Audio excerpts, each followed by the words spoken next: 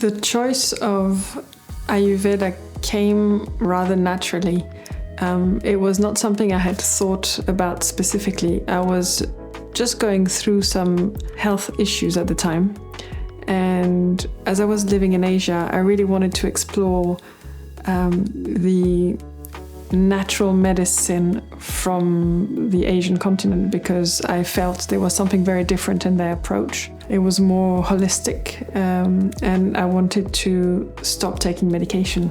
So as I explored and tried and experimented, I found that some of the changes that were being proposed to me were quite efficient. Ayurveda then came quite naturally, and what was very different for me with Ayurveda is I didn't use it exclusively. I also had other natural medicine that I was sort of experimenting with.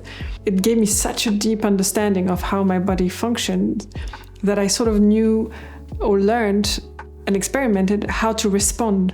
And this is like absolute gold for me, is to be able to slowly, more and more be in tune with the minor switches and changes and variation in the body moment by moment and being able to respond. So that was what made a big difference with Ayurveda. And I guess finding a fantastic teacher that I was very lucky to study with, that made a difference. I was very inspired by her as well in London.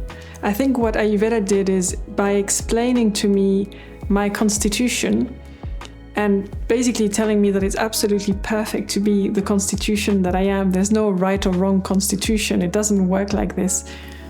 It's like every constitution is fine as long as you don't start presenting symptoms.